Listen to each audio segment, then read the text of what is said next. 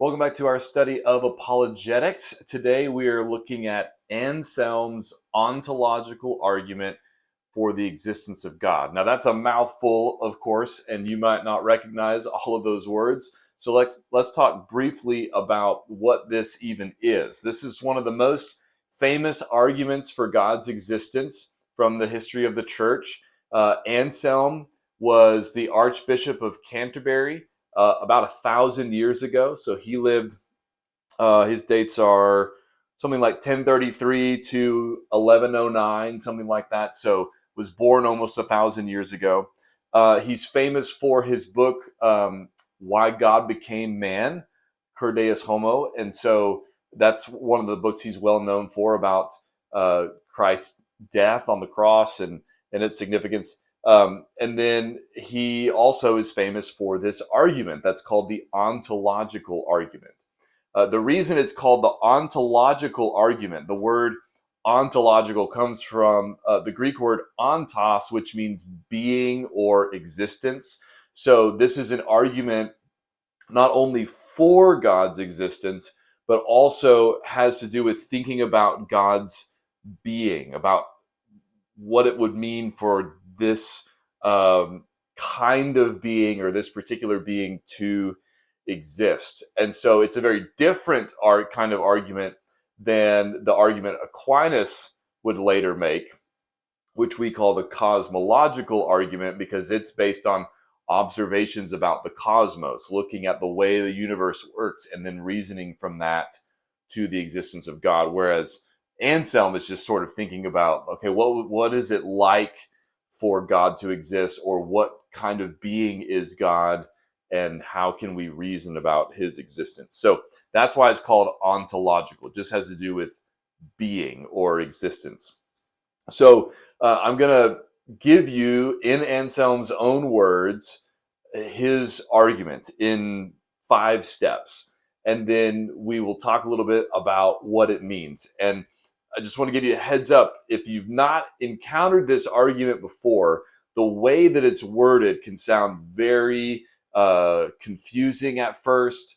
And so sometimes you have to say it a few times or hear it a few times to sort of get the cadence of it and kind of get what he's trying to communicate. So if the first time you hear it, you think, I don't even know what he's saying, this is over my head, you're not alone. Just stick with me, and we'll try to say it enough times that you'll sort of get the rhythm of it and the sense of it. So his argument is made in the form of a prayer. So he's talking to God. And this is from his book called the Proslogion. And so if you want to look it up online, you should be able to do that. And here's what he says. He says, "We believe that you are something than which nothing greater can be thought." All right, so we believe that you are something than which nothing greater can be thought. So that's kind of his baseline definition of God. God is a being that we cannot even think of anything that will be greater than this being, that would be greater than God. And then he says, the second part, he says, "And surely that than which a greater cannot be thought cannot exist in the mind alone." So if you, God, are a being that we can't think of anything greater than you, then you can't be something that only exists in our mind. You have to exist in reality. We'll talk about why in a little bit. Then the third step, he says, "Therefore, there is absolutely no doubt that something than which a greater cannot be thought exists both in the mind and in reality." So I can think it, but it also really exists. Then step 4, he says, "For something can be thought to exist that cannot be thought not to exist. And this is greater than that which can be thought not to exist." Sorry, even I got tripped up.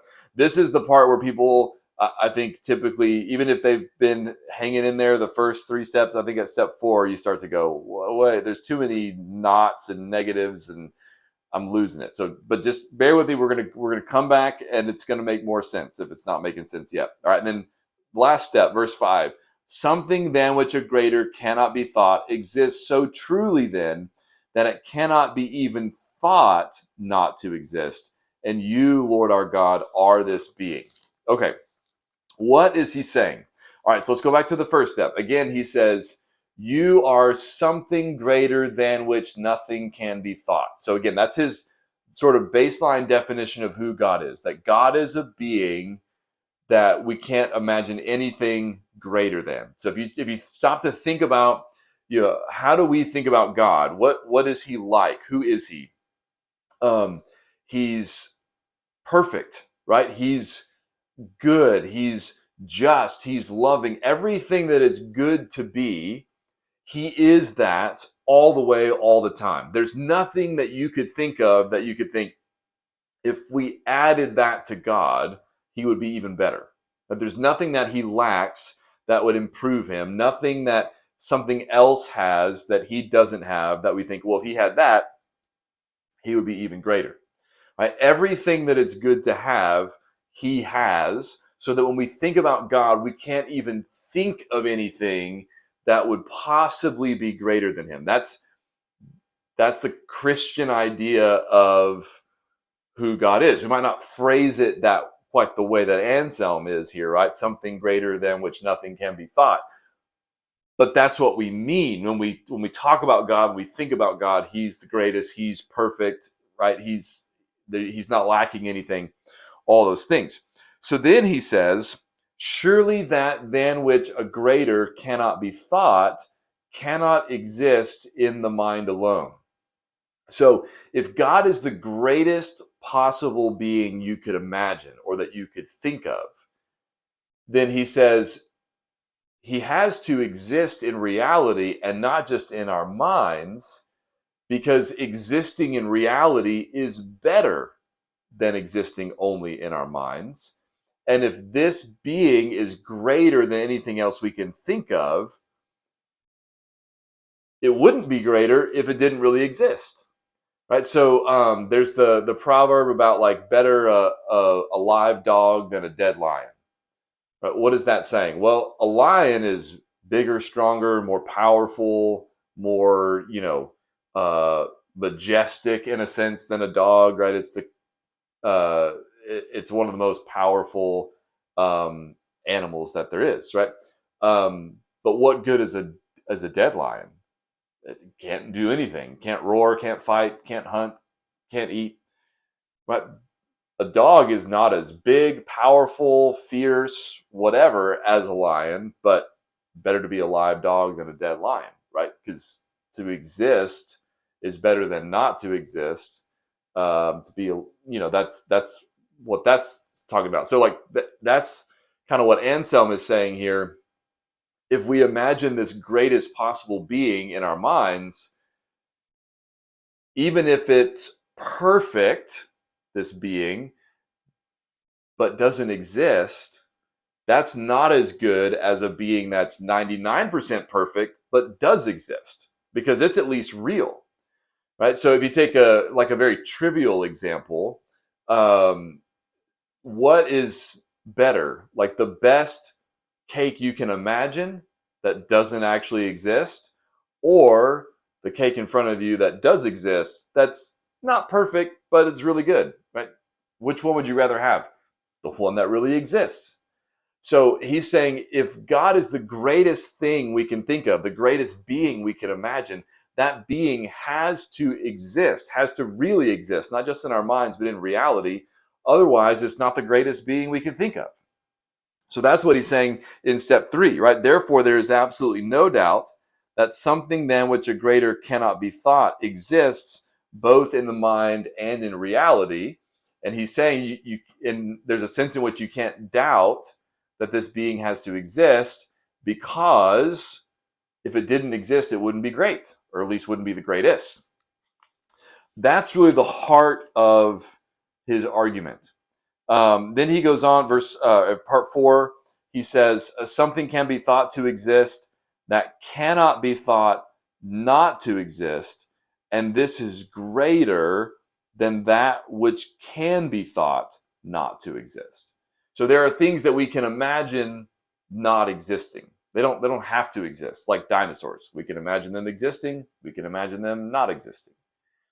But with God being the greatest possible being, you can't imagine the greatest possible being not existing because it's contrary to its definition, right? The definition of the greatest possible being has to include existing, otherwise it's not the greatest possible being.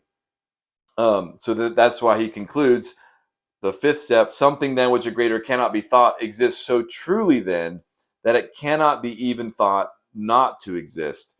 And you, Lord our God, are this being. Now, he's not saying you can't have doubts. If nobody could have doubts, then the argument would have no purpose.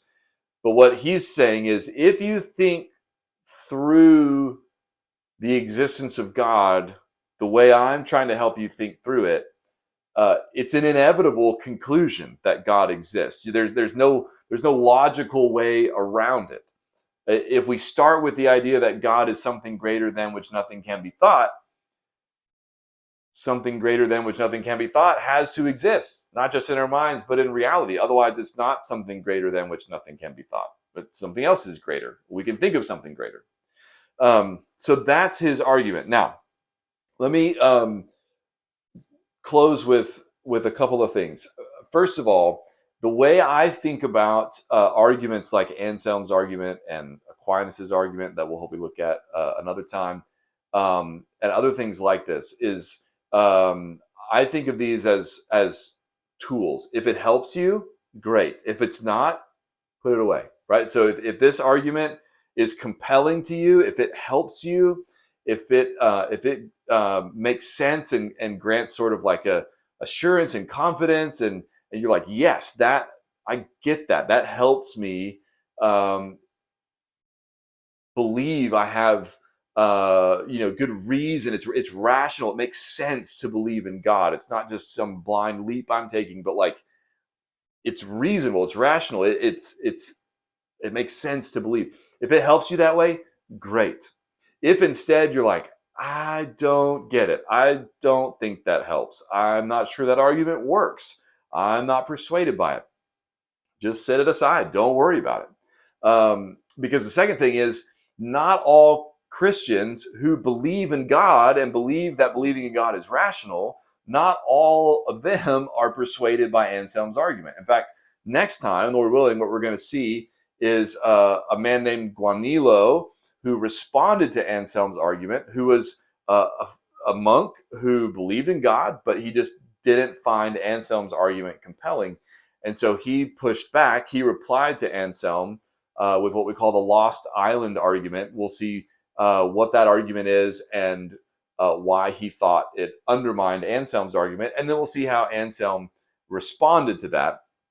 And that may help you, may not. You might agree with Anselm. You might agree with Guanilo.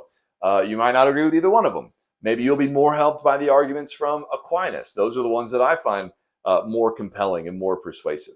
But I offer this examination of Anselm's argument in the hopes that it will help you or help someone that you know, that it'll be a tool that you can use to help, either assure and encourage you personally, or help assure and encourage or even persuade someone else.